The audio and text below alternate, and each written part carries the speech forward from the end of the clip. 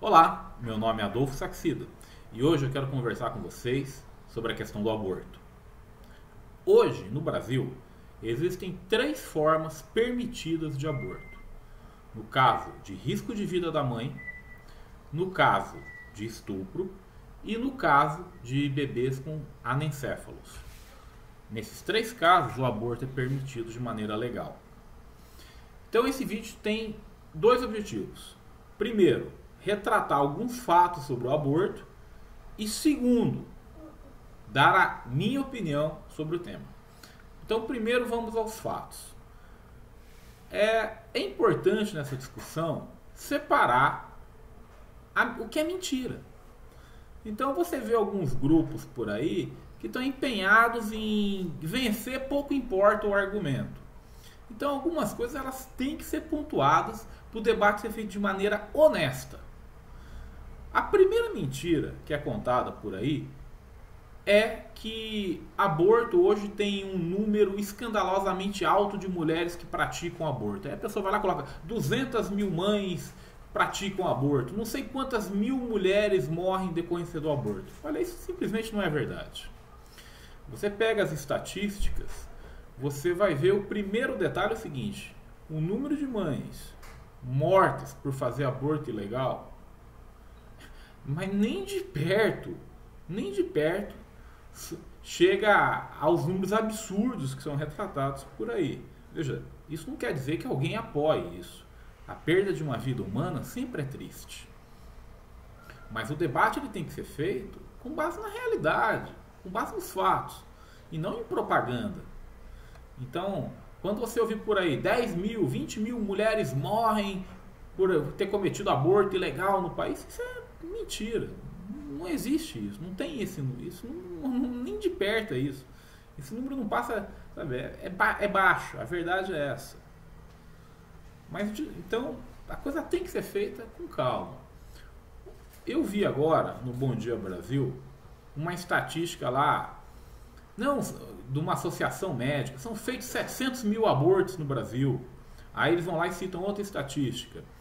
Por ano, existem 200 mil mulheres que se internam no hospital para procedimentos pós-aborto. Ou seja, como se a mulher tivesse feito um aborto e logo em seguida vai para o hospital se cuidar.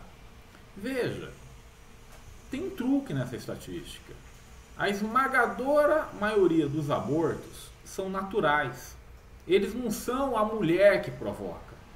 Então, é muito comum uma mulher grávida ela abortar de maneira natural. Ora, essa mulher logo em seguida vai para o hospital. Então, quando você vê a estatística, 200 mil mulheres fizeram procedimentos pós-aborto em hospitais brasileiros. Está vendo como todo mundo faz aborto no Brasil?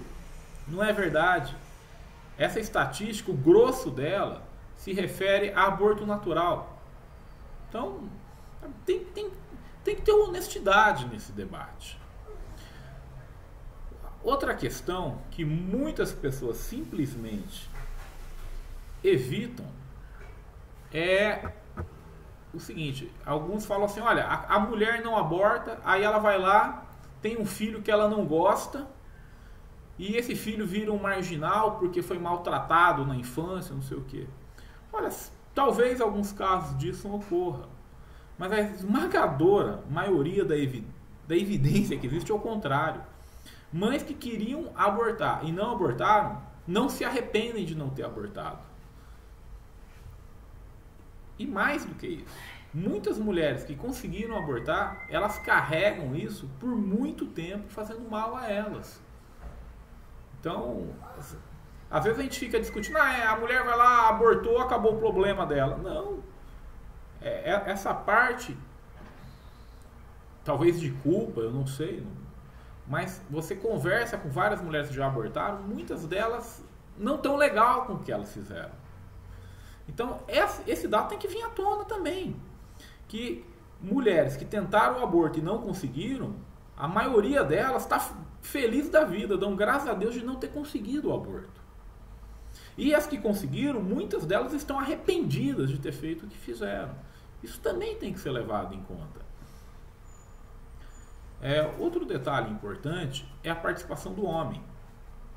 Veja, Vamos pensar o seguinte. Imagina que o homem quer que a mulher aborte. A mulher vai abortar?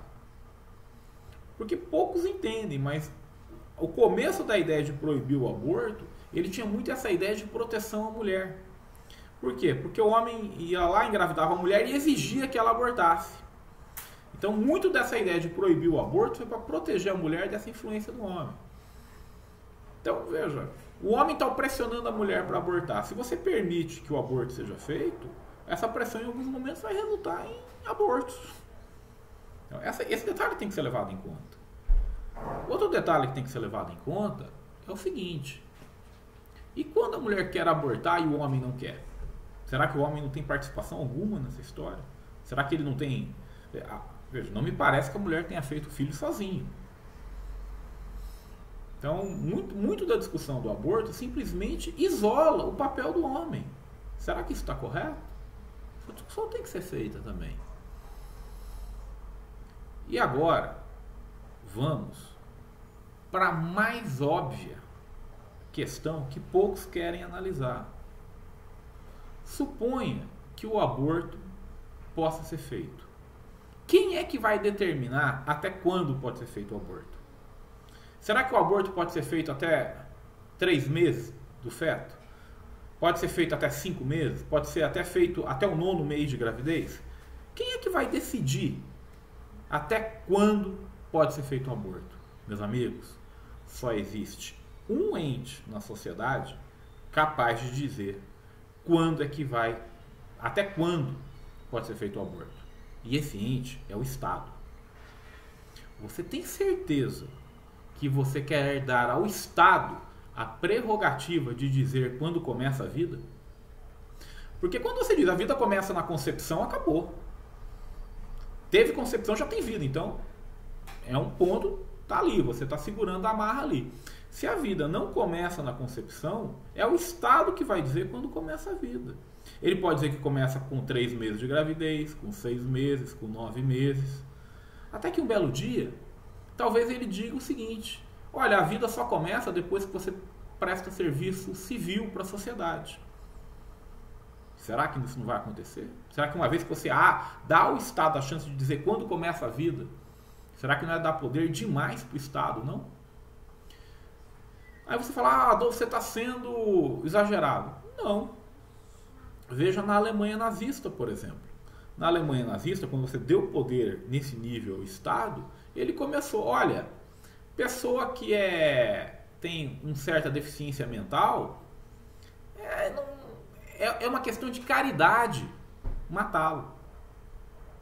E ia lá e exterminou pessoas que tinham problemas mentais, deficiências mentais. Mas não foi só isso. O Estado nazista foi lá e falou, olha, quem tem deficiências físicas, também é uma questão de caridade matá-los. E foi lá e exterminou o pessoal com deficiência física. Será que é isso que nós queremos? Não se iludam. Assim que você permitiu o aborto, a discussão sobre quando começa a vida, ela só vai aumentar o espaço da concepção para frente. Ela vai, a vida começa com 3 meses, daqui 10 anos. A vida começa com 9 meses, daqui 20 anos. A vida começa só quando a criança respira, ou seja, já vai indo. Daqui 40 anos, olha, a vida só começa quando a pessoa se sustenta, ou quando ela dá uma contribuição ao Estado. Enfim, já ficou muito claro que eu sou contra o aborto. Mas ficou mais claro ainda que eu não usei um único argumento religioso para ser contra o aborto. Mas vamos continuar. Ninguém sabe quando começa a vida. Nem eu e nem você. Não tem essa definição. Permitir o aborto pode ser que você esteja... Se a vida não começa na concepção, permitir o aborto, você não está matando ninguém, é verdade.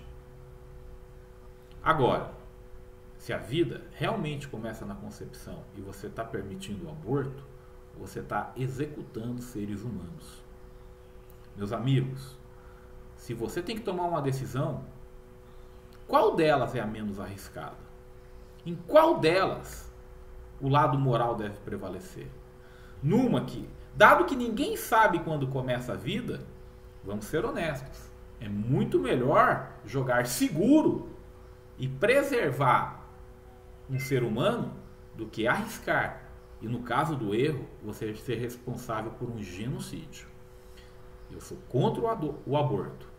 Aliás, eu acho errado permitir o aborto de crianças anencéfalas. Meu nome é Adolfo Saxida e eu espero que você tenha gostado.